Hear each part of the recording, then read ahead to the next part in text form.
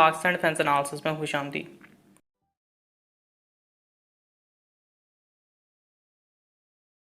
So it seems like Shenyang aviation expo park में FC-31 का एक डेमोन्स्ट्रेटर पब्लिक डिस्प्ले के लिए शो किया गया है। ये मॉडल बेसिकली 3 FC-31 की अपग्रेड्स में से तीसरा मॉडल है। देखने में ये यानी पेंट स्कीम के हिसाब से ये वर्जन 2 का 31001 वर्जन लगता है, लेकिन एयर फ्रेम वाइज जो है ये वर्जन 2 का 31003 वेरिएंट लगता है। ऑफ कोर्स इस मौके पे हम वर्जन 3 का इंतजार कर रहे हैं, बट आई फील लाइक एक अच्छी अपॉर्चुनिटी है उन चंद एक डिफरेंसेस के हवाले से जो कि ओरिजिनल FC-31 के मॉडल में थे और अब इसके अंदर जो है क्या क्या चेंजेस आ चुके हैं, तो हम इस बारे में डिस्कस करेंगे। पुराने FC-31 या ओरिजिनल FC-31 और जो नया अपग्रेडेड FC-31 का एयर फ्रेम है उसमें मैं 4 से 5 चेंजेस को आइडेंटिफाई कर सका हूँ। सबसे पहले तो इसका मेन विंग जो है इसका पुराने अपने प्रेडिसेसर के मुकाबले में इसका मेन विंग जो है वो क्रॉप्ड विंग की शेप में कन्वर्ट किया गया है। सेम चीज़ जो है इसकी टेल में भी की गई है और ये सिमिलैरिटी इसकी टेल फिन में भी हमें देखने को मिली है, यानी क्रॉप्ड विंग शेप के अंदर जो है इसको कन्वर्ट किया गया है। फिर उसके बाद जो है इसके एयर इनलेट के अंदर कुछ ऑप्टिमाइजेशन की गई हैं। इसकी शेप को चेंज किया गया है ताकि बेहतर एयर फ्लो को मुमकिन बनाया जा सके। फिर एक और चीज़ जो इस डेमोन्स्ट्रेटर से शायद विजिबल नहीं है वो ये कि इसका अंडरबेली वर्जन जो है उसमें पुराने FC-31 के मॉडल के अंदर जो है थोड़ा सा बल्ज हमें देखने को मिला था, तो इस नए वाले मॉडल के अंदर जो है इसको स्मूथ किया गया है। गालबन इसके एयर फ्रेम के साइज को भी थोड़ा सा इंक्रीज किया गया है जिससे शायद इनका मकसद जो है इंक्रीज्ड वेपन कैरी करने की सलाहियत हो सकती है, या जस्ट इन जनरल जो है नॉर्मल एरिया को उन्होंने ज़्यादा इंक्रीज किया है। सो ओवरऑल ये चंद चेंजेस थे जो मैं आइडेंटिफाई कर पाया हूँ।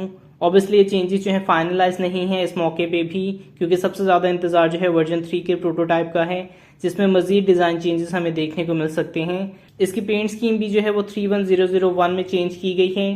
आई रियली होप कि जल्द ही हमें वर्जन 3 देखने को मिले, क्योंकि आई फील लाइक इसकी डेवलपमेंट जो है पाकिस्तान की एविएशन सेक्टर से भी जुड़ी हुई है और ऑब्वियसली इसको डेवलप करने के बाद इसको मेच्योर करने में भी टाइम लगेगा। सो ऑब्वियसली उसके अपने एडवांटेजेस और डिसएडवांटेजेस को आइडेंटिफाई करने में भी कुछ टाइम लगेगा। सो आई होप कि जल्द से जल्द जो है वर्जन 3 को पब्लिक किया जा सके।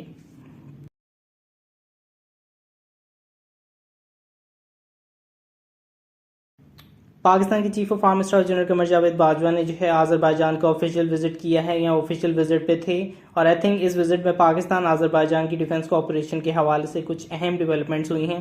और ऐसा बताया जा रहा है कि माउंटेन वॉरफेयर में Pakistan army Azerbaijan arm forces की ट्रेनिंग की जिम्मेदारी निभाएगा और आज़रबाईजान की जानिब से पाकिस्तान से डिफेंस इक्विपमेंट भी परचेज की जा सकती है।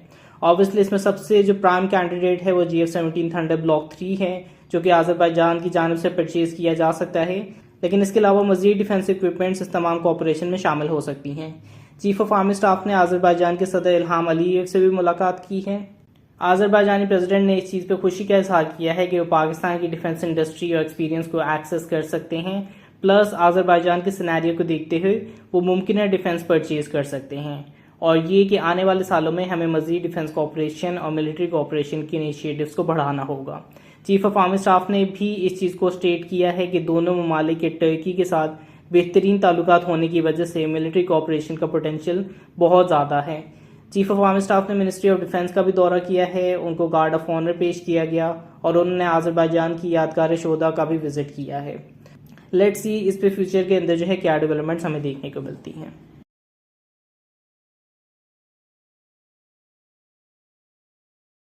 इस चीज़ की न्यूज़ फ्लोट कर रही है कि तेजस की एंट्री अर्जेंटाइन के फाइटर जेट प्रोक्योरमेंट प्रोग्राम में हो सकती है, और एज अ प्रोस्पेक्ट या एज अ बार्गेनिंग टूल इसका अभी सिर्फ अंदाज़ा ही लगाया जा सकता है, लेकिन ऐसा लगता है कि इंडिया की जानिब से उनका तेजस MK-1A वेरिएंट जो है वो अर्जेंटाइन को पिच किया जा चुका है, और जो कि अभी मुबैना तौर पे ही बताया जा रहा है, यानी अभी इसकी कोई कंफर्मेशन नहीं है, लेकिन एस्टिमेटेडली तेजस को बार्गेन के तौर पे जो है अर्जेंटाइन की जानिब से इस्तेमाल किया जा रहा है GF-17 थंडर की यूनिट कॉस्ट को कम करने के लिए। अपेरेंटली $50 मिलियन के अराउंड GF-17 थंडर ब्लॉक 3 की परचेज की डील सामने रखी जा रही है, लेकिन $42 मिलियन की पिच जो है वो तेजस MK-1 से रिलेटेड इंडिया की जानिब से की गई है। नाउ ऑब्वियसली बार्गेनिंग जो है किसी भी डील का हिस्सा होती है और अर्जेंटाइन की जानिब से इस किस्म की अप्रोच अंडरस्टैंडेबल भी है, क्योंकि ये किसी भी डील का जो है हिस्सा होती है। लेकिन ये डेवलपमेंट अगर सच भी है तो मेरे लिए फिर भी GF-17 के बढ़ते हुए चांसेस का मजीद रोशन इंडिकेटर ही सामने नजर आ रहा है।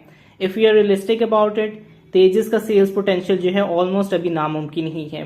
फर्स्ट ऑफ ऑल MK1A तैयार कब होता है, इसका कोई डिफिनेटिव जवाब मौजूद नहीं है। तेजस MK1A जो है फिर ऑब्वियसली इंडियन एयरफोर्स के लिए तैयार किया जाना है। शायद इंडिया जो है इस मामले में स्प्लिट प्रोडक्शन कर सकता है, लेकिन इंडिजिनस तेजस MK1A में British Martin baker ejection seats भी मौजूद हैं। इस वक्त पे आकर नई इजेक्शन सीट्स को MK1A प्रोजेक्ट में परफेक्ट करना ये बहुत ही मुश्किल होगा। मार्टिन बेकर इजेक्शन सीट्स जो हैं वो बेसिकली एक बहुत बड़ा कंसर्न है अर्जेंटाइन एयरफोर्स के लिए, क्योंकि माजी में ब्रिटिश गवर्नमेंट ने मार्टिन बेकर इजेक्शन सीट्स पे पाबंदी आयद कर दी थी, जिसकी वजह से वो FA-50 golden eagle fighter jet को प्रोक्योर नहीं कर पाए थे। तो इस वक्त पे आके नई इजेक्शन सीट्स को MK1A प्रोजेक्ट में परफेक्ट करना ये बहुत ही मुश्किल होगा।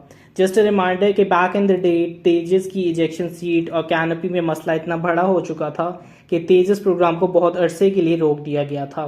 नाउ GF-17 में भी मार्टिन बेकर इस्तेमाल होती है, लेकिन GF-17 चाइनीज जिसे FC-1 कहा जाता है उसमें एक proper Chinese alternative tested and proofed alternative जो है चाइनीज के पास मौजूद है, जिसकी रिप्लेसमेंट में कोई मसला नहीं होना चाहिए। सो टू समराइज, तेजस MK1A को अर्जेंटाइन की जानिब से बार्गेन के लिए तो इस्तेमाल किया जा सकता है, लेकिन रियलिस्टिकली अर्जेंटाइन की जानिब से MK1A खरीदे जाने के चांसेस बहुत ही कम हैं। दैट अलोन की इस चीज़ की प्रॉपर कंफर्मेशन अभी बाकी है कि इसे अर्जेंटाइन को प्रॉपरली पिच किया भी गया है कि नहीं।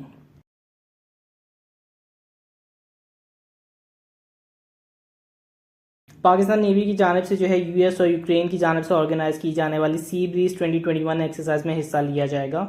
ये इस एक्सरसाइज में पाकिस्तान नेवी की गालबन दूसरी बार शिरकत होने वाली है और 28 जून से लेकर 10 जुलाई तक इस एक्सरसाइज को ऑर्गेनाइज किया जा रहा है। ब्लैक सी में इस एक्सरसाइज को ऑर्गेनाइज किया जा रहा है और इस एक्सरसाइज में एडवांस मॉडर्न वॉरफेयर टैक्टिक्स को रोल प्ले किया जाएगा। इस सी ब्रीज में अभी तक की सबसे बड़ी आइट्रेशन है ये, जिसमें नीटो बशमूल टर्की, जापान, साउथ कोरिया और मजीद ममालिक की जानिब से शिरकत की जा रही है। इस एक्सरसाइज में diving operation, special operation, anti submarine warfare और मुख्तलिफ अदर ऑपरेशन, ये तमाम चीज़ें जो हैं शामिल होंगी। एक और चीज़ जो कि नोटिस करने में अहम है वो ये कि यूक्रेन को US की जानिब से नेटो के अलायंस में शामिल करने के प्लान सामने रखे जा रहे हैं। ऑब्वियसली इसमें रशिया को टैकल किए जाने का मकसद सबसे ज़्यादा आवेज़ा है, लेकिन अगर यूक्रेन नेटो के अलायंस में शामिल होता है तो आई एम क्यूरियस कि क्या इसका पाकिस्तान और यूक्रेन की जो डिफेंस डील्स हैं, जिसमें इल्यूशन IL-78 जैसी डील या फिर ऑपलॉट के हवाले से मुमकिन डील या सेवरल जो माइनर कॉपरेशन इस वक्त पे पाकिस्तान और यूक्रेन की जानिब से की जा रही हैं, उसमें क्या बुरा वक्त आने पे US जो है यूक्रेन को या नेटो यूक्रेन को फोर्स कर सकेगा या उनकी कुछ इन्फ्लुएंस शामिल होगी। विल हैव टू सी कि ये फ्यूचर में क्या निकल के सामने आता है। लेकिन अभी के लिए जो है 28 जून से 10 जुलाई तक सी ब्रीज एक्सरसाइज का इनेकाद जो है US और यूक्रेन की जानिब से किया जा रहा है, जिसमें पाकिस्तान नेवी भी शिरकत कर रही है। चाहिए लाइक वीडियो सब्सक्राइब, और अगर आपको कोई फीडबैक है तो कमेंट बॉक्स में डालिए। तब तक के लिए पीस आउट, पाकिस्तान जिंदाबाद।